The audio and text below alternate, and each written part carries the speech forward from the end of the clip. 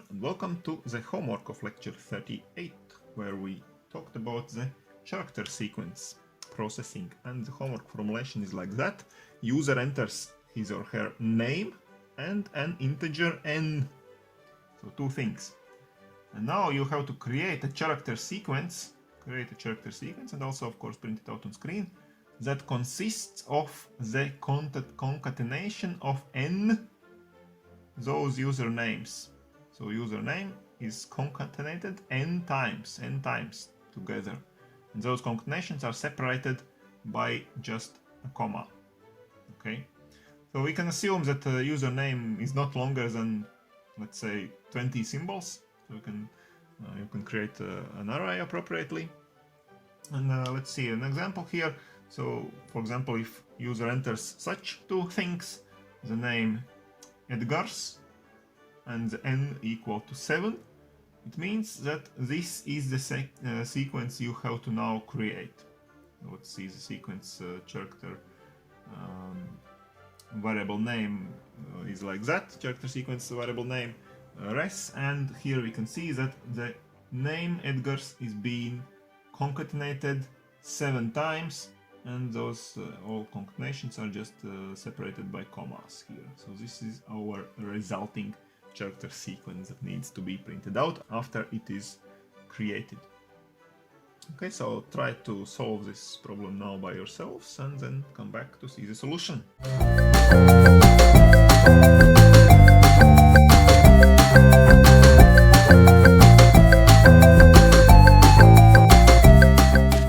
See the homework solution now. So we said in the homework that the maximum capacity of name could be 20 characters. So here we of course have to use a character array of at least 21 characters lengths, because we need to reserve one space for the ending symbol as well. And so the name is a variable which will be entered by the user. Here user enters name and user enters another integer n.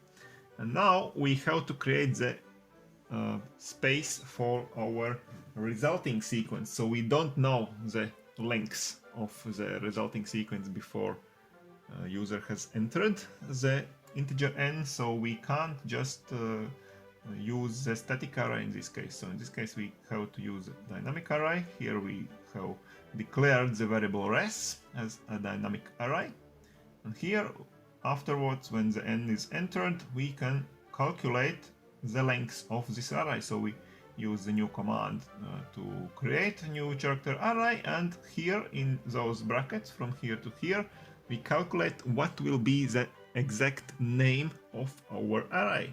So in our array, what will be stored there?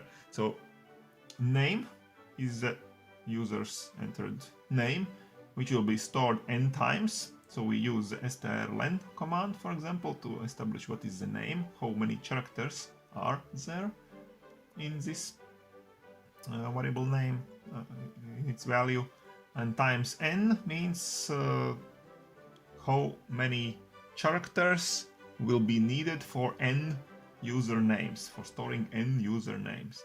But then we remember that also commas were stored in this resulting string. Commas separated all those names, and the count of those commas is n-1.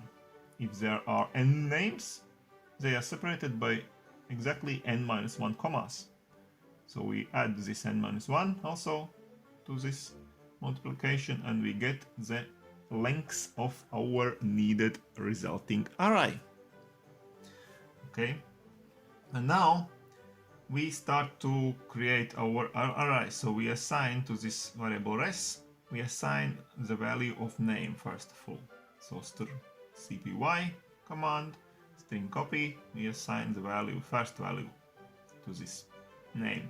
And now what we have to do, we have to add to the end of this res, of this array res, we have to add to the end. That's why we use the strcut command here. We add to the end a comma and the name again, and we do it n-1 times. So once we have already put this name into this array res, and n-1 times we still have to put another time the value of name. And so here we can see that for loop executes exactly n-1 times. We write it like that, while I is less than n-1. So it executes n-1 times, and we just add to the end of res, comma, and another time name.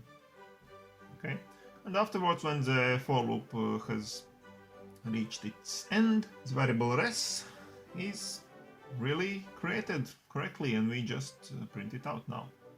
And afterwards, of course, we don't forget that we need to clear the memory, because this res was created here using the new command, so we use the delete command to release this memory space. So this is one potential solution of this homework, and of course don't forget that for it to work we need to include this library string.h at the very beginning of the program. And let's see another solution, perhaps just for it to be more interesting. So alternative solution here. So the basics are the same, of course. So we have this variable name is just entered by the user. User enters also n. Here we also create this space for our resulting variable rs, just like before.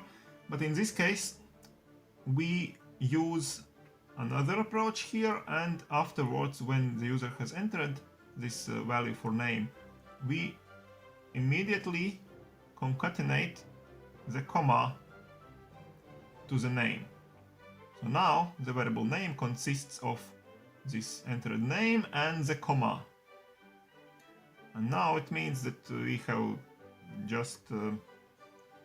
to just use one command here in this for loop. So here we can also see that at the beginning we start by assigning the empty string. So this is just a plain empty string as the first value of res.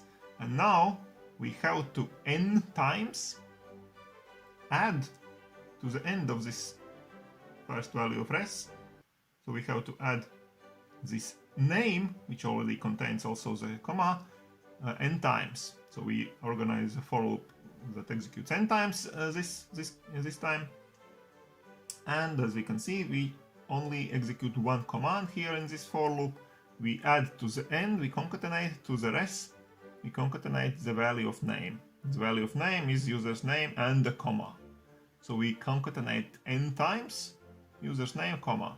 So the resulting string will now look like, so user's name, let's say it is Edgar's again, and comma, again, Edgar's, and comma. And so 7 times, for example, if n is 7, and finally Edgar's and comma 7 times. So this is almost what we need. We just need to get rid of this last comma now, because we don't need the comma after the last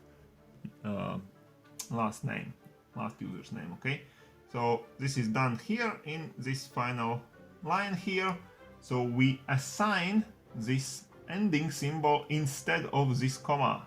So we override this comma by just writing the ending symbol here, and it means that here is the new ending of our character sequence, and actually, so this is the end. And how we do it, we use string lengths, so the length establishing command here, and we ask the length of the res -1. This is the position of the last element of this comma, which we want now to get rid of.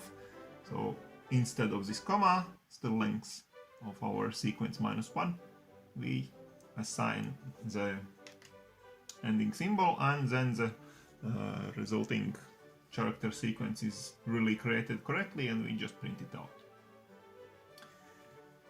And finally, let's see yet another solution, how we could have done it in yet another way.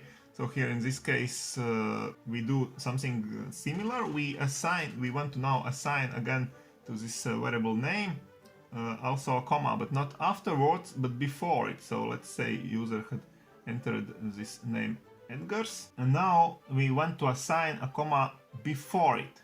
So because we start here with assigning a plain name, just the user entered name Edgars, to this variable res. This is the first value. We use this cpy command, and afterwards, when we have this first name, we just need to assign n-1 times this thing at the end. So comma and Edgars. So if we do it like that, it means that we don't have to get rid of anything afterwards. When this will be done, we just print out the rest because it is already the right resulting sequence. So if we have started here with plain user's name and we add to the end of it n-1 times comma and username, this means that our sequence is indeed the right one.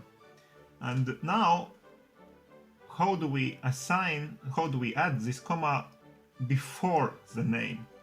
So this is being done here in those two lines here.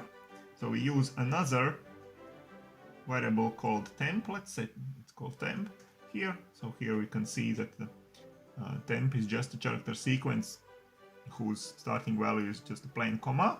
So we use a strcat command to add to the end of this temp, end of this comma, the user's name. So now we get this structure here, comma and user's name.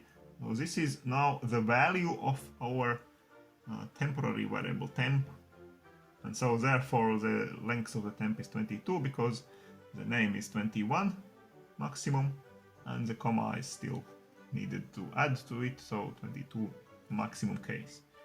So now the value of this our needed thing is inside this variable temp, and now we just assign against the cpy command, we assign this value temp, which is this is what we need, to our variable name, and now inside name the value is like that, and we can just use the for loop and add the name to the end of the res n-1 times. So this is another approach. Of course, other approaches could be used also to solve this homework, and I hope you have solved it somehow yourselves. So that's it for today. Please stay tuned to my channel, subscribe to it, and see you in the next lecture. Bye!